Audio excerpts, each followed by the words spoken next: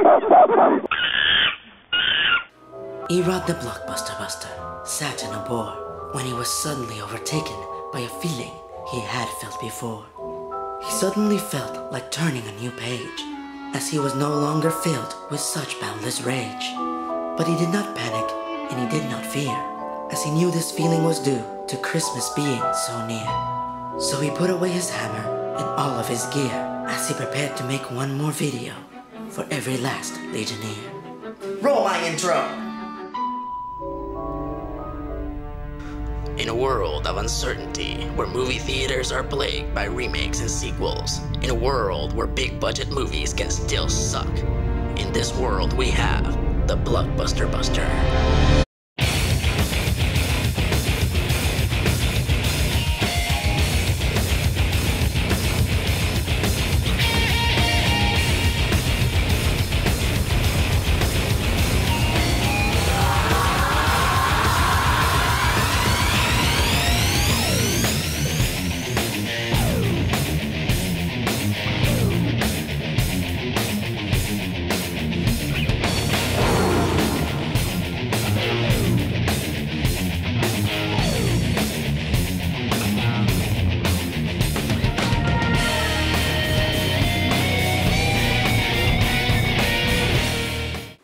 Happy holidays, fanboys and fangirls. I'm ERod and I'm the Blockbuster Buster. I think we can all agree that one of the greatest holiday classics ever made is Frank Capra's It's a Wonderful Life.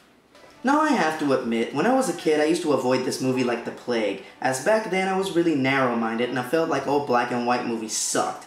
Luckily, King Kong and Young Frankenstein turned me around.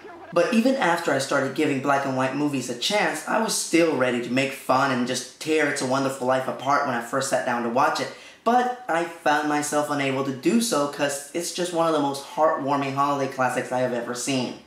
As we follow George Bailey, a man who learns just how much of a difference he has made in his life after he sees a world in which he didn't exist. Now this well-crafted story spawned a phenomenon, as nearly every show in existence today has an It's a Wonderful Life episode, in which through science or magic, one of the lead characters experiences a reality in which they were not there to make a difference. So like I said, nearly every television show in existence has an It's a Wonderful Life episode, so it would be impossible to make an official list. So these are just my favorites. So pour yourself some nog as I count down my top 10 It's a Wonderful Life episodes. Number 10. From Fairly OddParents, It's a Wishful Life. Definitely the most overt entry in this countdown. After experiencing a full day of being unappreciated, Timmy Turner wishes that he had never been born, to see how miserable everybody would be without him, and his fairy godparents have no choice but to grant his wish. The twist is that the world is actually better without Timmy in it. His parents are rich, his enemies are good guys, and his loser friends are actually very successful. Now this is a perfect tribute to It's a Wonderful Life, as it perfectly parodies the movie all the while delivering its own heartwarming message at the end. Do you feel Timmy learned a huge life lesson without us? Number 9. From Sam and Max Freelance Police, A Glitch in Time. For those of you who don't know, Steve Purcell's Sam and Max are twisted crime-fighting freelance police, which means they handle the cases that other heroes won't touch. After one of their adventures, Sam discovers that his watch can be used for time travel. But in classic Sam and Max fashion, instead of dealing with such a volatile device responsibly, they start screwing up history just to see what will happen. Their antics get out of hand, and Max emerges in an alternate reality where Sam doesn't know him, and there are no freelance police. I love how this episode mocks the whole concept of screwing up history, and how nonchalant Sam and Max are about it in spite of the fact that they messed up the timeline. But they just accept the changes, because after all, you can't change history, especially not with something as silly as a time-traveling watch. Moving on. Right back where we started. Must be how all these time travel shows go. Number 8. From Darkwing Duck, Life, the Negaverse, and Everything. Now Darkwing Duck actually has 2 It's a Wonderful Life episodes. The other one, Time and Punishment, while it's a hilarious parody of The Dark Knight Returns, it still doesn't hold the candle to Life, the Negaverse, and Everything. Throughout the course of the series, us fans always wondered where did Darkwing's evil double, Negaduck, come from? I mean, was he his long-lost twin brother or a clone? I mean, what was he? Well, in this episode, we finally got an answer, as Darkwing travels to the Negaverse, an alternate dimension in which everything is opposite. And in this universe, Negaduck is Darkwing Duck. But instead of being St. Canard's greatest hero, he is his greatest villain.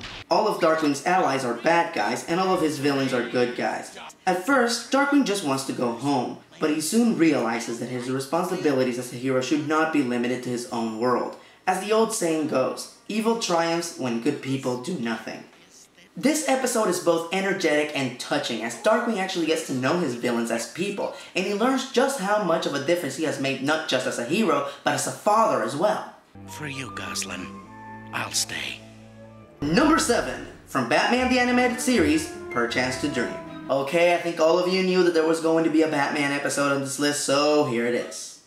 After a night of crime fighting, Bruce wakes up to find that he was never Batman. His parents were not murdered, and he is engaged to Selina Kyle, aka Catwoman. His life is, by every definition, perfect, and he is bored out of his skull. And that is the great thing about this episode, because there's no such thing as the perfect life. We all need turmoil, we all need obstacles to overcome, and goals to achieve, otherwise we have nothing to live for. Have you found that entrance to the Batcave yet, Alfred? I'm afraid not, sir. Good, because if you had, then we'd both be nuts. Number 6. From Teenage Mutant Ninja Turtles Volume 2, Same as It Never Was. During the 3rd season of this awesome revamp, the heroes in Half Shell are individually teleported to different dimensions. Donatello, on the other hand, gets transported to a chaotic alternate future, in which he was missing for 20 years. Shredder rules over New York, Splinter's dead, and the Turtles are no longer a team. Just like George Bailey, Don sees how crucial a part he played in the lives of his friends and family. But what sets this episode apart is how the usually docile and sensitive Donatello actually matures and puts his good nature aside, as he knows that if he intends to defeat Shredder, he must commit the ultimate sacrifice and cross a line he never crossed before. Can't be done, Donnie. It's hopeless. I don't know what happened to you guys, but the turtles I knew believed that nothing was ever hopeless. Number 5. From Kim Possible, A Stitch in Time. Now, if you've never watched this show, shame on you! For it is an awesome mix of comedy and action, all held together by great characters. In A Stitch in Time, 3 of Kim's villains team up and steal the Tempest Simia, which allows them to travel through time. As Kim fights to stop them, she also ends up traveling to an alternate future in which she was missing for several years. What makes this episode stand out is that usually Kim doesn't see her ability to save the world as a big deal. But in this episode, not only does she see how big a deal it is, but she sees just how much of an influence she has made on her friends and family, as they are quick to stand up and fight in her absence. Wait, what about Mom and Dad? Didn't they even miss me? Oh, yeah. But Dad always said. Well, at least Kimmy's just lost in the time stream and not staying out late with some boy. Number 4. From Gargoyles, Future Tense. During the Quest for Avalon storyline, Goliath, Elisa, Bronx, and Angela are transported to an alternate future New York, in which everything has gone to hell at the hands of Xanatos. Unlike all the other chaotic future episodes that I've mentioned in this list, this one doesn't pull any punches. It is just sad and tragic. One of my favorite aspects of this episode is that even after Goliath sees all the destruction that Xanatos has caused, even after he sees that the odds are greatly stacked against him, he doesn't hesitate for a moment to try and stop him. Plus, this episode provides us with the closest thing to a final confrontation between Goliath and Xanatos, as this awesome show was unfortunately cancelled way too early. Now don't worry, I'm not gonna go on to spoil the ending of this episode, unlike the Nostalgia Critic. What a dick. All I will say is that I highly recommend it and I encourage all of you to check it out. Welcome back, Goliath. I've been waiting a long time for this. Number 3, from Justice League, Hereafter Part 2. Now, Superman is yet another character has more than one It's a Wonderful Life episodes. The most popular being A Brave New Metropolis, which is good but kinda generic. I swear, Lois Lane gasped so much in this episode she should have fainted within the first 5 minutes. Hereafter Part 2, on the other hand, is in a class of its own. For reasons that I don't want to give away, Superman is teleported to another planet which has a red sun, which nullifies Superman's powers. This leads to over 10 minutes of Superman surviving a harsh planet with nothing but his will and his wits. But that's not all, as it turns out that he was on Earth all along. A future Earth, which due to his absence in the past, a villain named Vandal Savage succeeded in eradicating humanity. The delicious irony is that Vandal Savage is actually immortal, so technically, he got his wish. He rules over Earth on Earth with no people, and now he only has his greatest nemesis to confess his sins to. You're insane. True, but that doesn't mean I'm not good company. Say, you want to come over to my house? Number 2. From Buffy the Vampire Slayer, The Witch. For her usual petty reasons, resident bubble-headed bad girl Cordelia wishes to a vengeance demon that Buffy never came to Sunnydale. What follows is one of the greatest alternate reality stories that I have ever seen. Lo and behold, vampires rule over the town, Angel is the master's bitch, and Buffy's trusty sidekicks are vampires. In the last act, we get to meet the Buffy from this reality, and she is nothing more than an empty shell. Gone is her peppy attitude and her creative fighting style, as we see that she didn't just influence the town, but the town influenced her back. And without the experience, she wouldn't be the badass monster fighter that we know and love. What's the plan? Don't fall on this. Number 1. From Star Trek The Next Generation, Tapestry. Now I'll admit, this show is notorious for having way too many episodes that are heavily padded and brutally boring. But when the episodes were good, they weren't just good, they were awesome! Tapestry is one of those examples. For starters, it is one of the greatest teaser openings ever. We open with Captain Picard in the emergency room, and before you can digest the events that are transpiring before you, he dies. That's right, less than 2 minutes into the episode, Captain Picard dies. He goes on to the afterlife to meet God, who turns out to be none other than Q. Now for those of you who don't know, Q is an all-powerful cosmic being, kind of like an imp or a genie. But he doesn't waste his powers on something trivial like curing cancer or solving world hunger. No, he uses his powers to fuck with Captain Picard and the crew of the Enterprise. Feeling a little jumpy this morning? What a dick. Picard and Q evaluate his life. Picard reveals that he always regretted being so rambunctious and irresponsible in his younger days.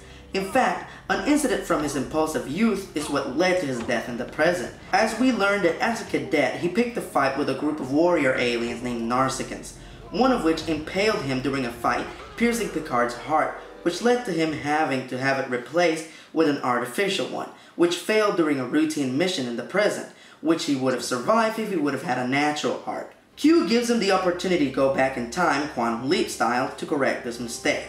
Picard takes the opportunity, but when he wakes up alive in the present, not only is he not the captain, but he's a low-ranking science officer who never made a difference in anyone's life. In his own convoluted way, Q teaches Picard that even the most shameful thread in the tapestry of our lives plays an important role in the individuals that we are today. And if we were to pull on one of those threads, the whole tapestry would just fall apart. And if that is not in the spirit of George Bailey, I don't know what is. Hey! Merry Christmas, Mr. Potter! Happy New Year to you! In jail! So those are my top 10 It's a Wonderful Life episodes. Now, like I said, nearly every show in existence has an episode like this, so feel free to write in your own personal favorite and why you liked it so much. Now, I would like to take this opportunity to say it has been an honor entertaining all of you throughout this past year. And while I look forward to busting more bad movies in your behalf throughout 2011, the Blockbuster Buster needs a rest. But don't fret, I'll be back in January with a hammer in hand and ready to bust. For now, have a Merry Christmas, a Happy Hanukkah, a kick-ass Kwanzaa, and a Festivus for the rest of us. I'm ERod, and I'm the Blockbuster Buster.